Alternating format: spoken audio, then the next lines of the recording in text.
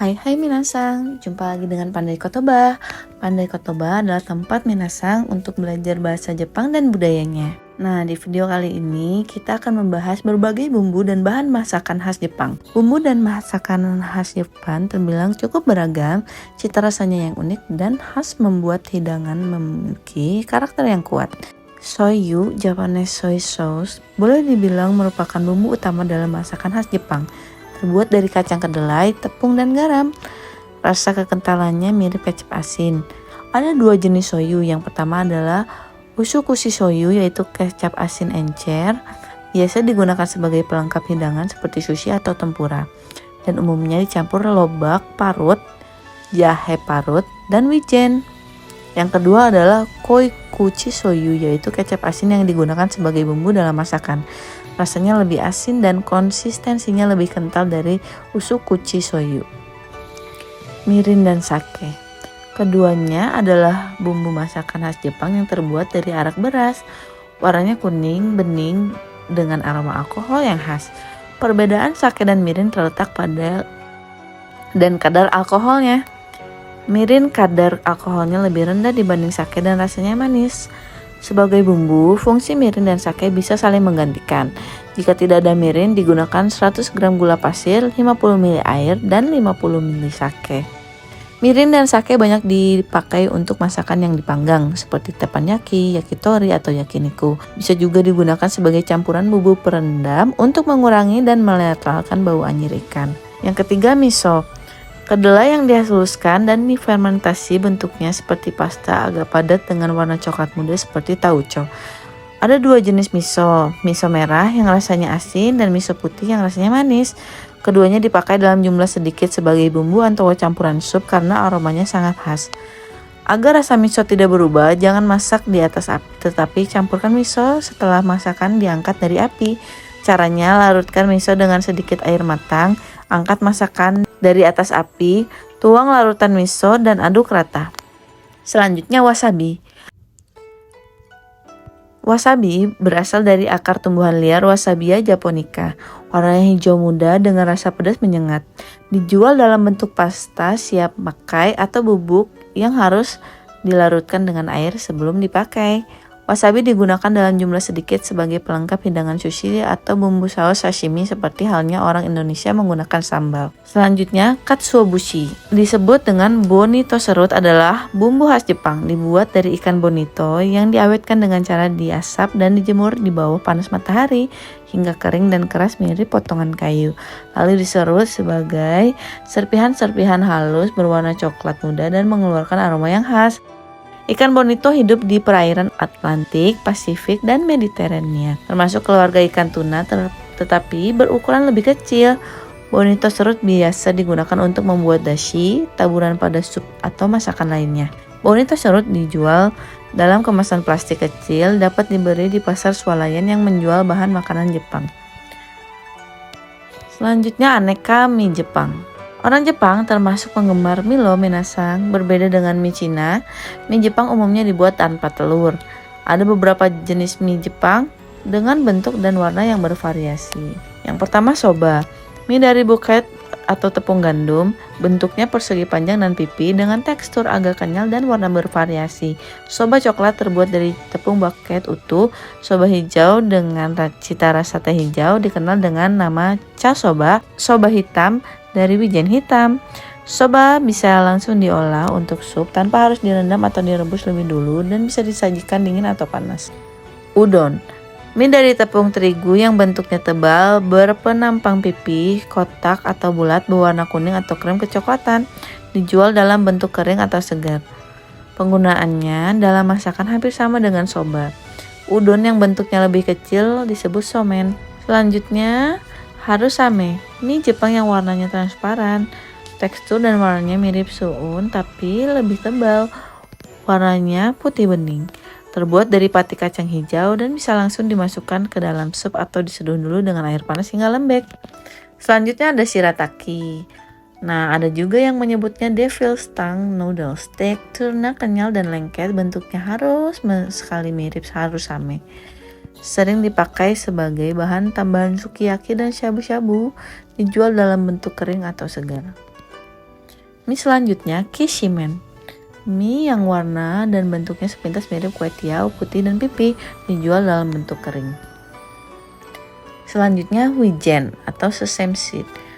Berbentuk biji kecil dengan panjang hanya 2-3 mm, warnanya putih kekuningan atau hitam dengan rasa gurih. Dalam masakan Jepang, wijen dipakai dalam bentuk pasta atau wijen sangrai yang dihaluskan hingga keluar minyaknya, atau utuh berupa biji untuk campuran bumbu masak, saus perendam, melapisi makanan atau untuk taburan. Karena mengandung minyak yang cukup banyak, wijen juga bisa dimanfaatkan untuk membuat minyak wijen loh. Wijen utuh yang dipakai untuk taburan biasanya disangrai terlebih dahulu agar aroma dan cita rasanya menonjol. Selanjutnya kita bahas pangko. Tepung roti khas Jepang, warnanya putih dengan tekstur lebih kasar dari tepung roti biasa. Pangko dibuat dari roti tawar yang dikeringkan lalu ditumbuk kasar.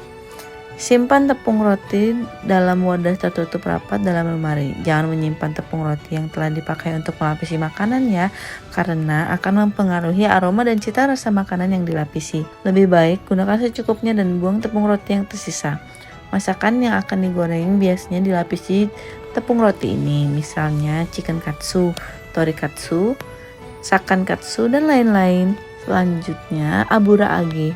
Ada yang menyebut potongan tahu goreng kering, ada juga yang menyebutnya kantong inari karena sering digunakan sebagai bahan pembungkus inari sushi. Abura-age adalah kulit tahu yang berbentuk seperti kantong. Ada yang gembung, ada yang besar, berwarna coklat muda, dan ada yang tipis berwarna coklat tua. Ada yang sudah siap pakai atau tinggal memasukkan nasi ke dalamnya. Ada juga yang harus dipotong dan dibelah agar membentuk kantong. Rasanya gimana sih? Nah, rasanya ada yang tawar, ada juga yang manis. Dijual di tempat bahan makanan beku dalam kemasan kantong plastik. Sebelum digunakan, siram dengan air mendidih untuk melarutkan sisa minyak yang ada. Setelah itu tiriskan dan keringkan dengan serbet atau tisu dapur. Yang selanjutnya, rumput laut. Salah satu ciri khas kuliner Jepang adalah penggunaan bahan yang berasal dari rumput laut. Ada 3 jenis bahan dari rumput laut loh yang digunakan dalam masakan Jepang, yaitu nori, konbu, dan wakame. Selanjutnya kita bahas nori yuk. Nori yaitu rumput laut yang dikeringkan hingga berupa lembaran tipis lembar berwarna hijau tua. Digunakan untuk membungkus atau menggulung sushi, onigiri, atau taburan pada masakan berkuah. Agar cita rasa khas nori lebih keluar, panggang bagian nori yang mengkilap di atas api langsung atau dalam oven tanpa loyang sebentar saja, hingga 1-2 menit. Simpan nori dalam wadah tutup rapat. Dijual dalam bentuk lembaran, ada yang lebar, ada pula yang dipotong-potong ukuran 2,5 x 7,5 cm. Dan ada juga yang sudah dipanggang. Konbu adalah lembaran ganggang laut yang dikeringkan, berbentuk lembaran tipis dengan sedikit bubuk putih di permukaannya. Ada juga yang menyebutnya kelp. Sering digunakan untuk memberi cita rasa pada sushi atau ditambahkan ke dalam kaldu atau khas masakan berkuah untuk memberi cita rasa yang khas. Karena tidak bisa larut atau hancur, maka sesaat sebelum disajikannya biasanya konbu diangkat atau dibuang. Nah, minasang sering dengar wakame kan? Salah satu jenis rumput laut yang dikeringkan. Bentuknya lembaran tipis berwarna hijau tua. Sebelum dipakai, rendam wakame di dalam air dingin hingga lunak. Kurang lebih 5 menit. Wakame cepat sekali lunak, karena itu masukkan 1 menit sebelum sup diangkat. Bisa juga untuk campuran salad. Cara pakainya, seduh wakame dengan air panas hingga lembek, angkat segera masukkan atau siram dengan air dingin. Setelah itu gunakan untuk campuran salad. Kita bahas ocha juga ya. Dalam bahasa Jepang, ocha berarti teh hijau. Teh hijau selalu hadir dalam setiap acara makan, terutama makan pagi. Ada beberapa jenis teh hijau loh. Yang pertama, gyukuro, teh hijau yang nilainya paling tinggi dan dikenal sebagai teh embun mutiara. Beberapa minggu sebelum dipetik, tanaman teh ditutupi kain warna hitam hingga kandungan klorofilnya meningkat dan menghasilkan teh yang segar dan kental rasa daun tehnya. Kita bahas matcha dan tencha.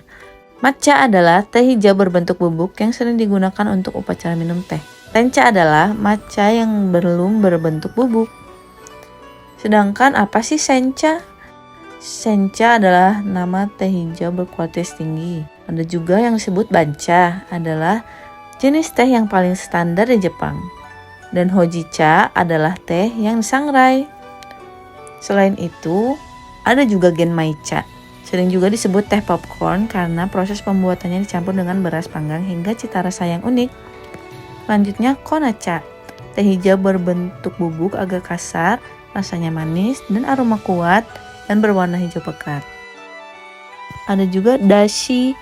Dashi itu adalah kaldu khas Jepang yang terbuat dari rumput laut, konbu, dan ikan bonito kering atau katsuobushi. Dashi dipakai sebagai kaldu dasar untuk segala macam jenis sup atau masakan berkuah lainnya. Ada 3 jenis dashi, yaitu ichiban dashi, niban, dan konbu. Perbedaan ichiban dashi, niban dashi, dan konbu dashi seperti ini ya minasang.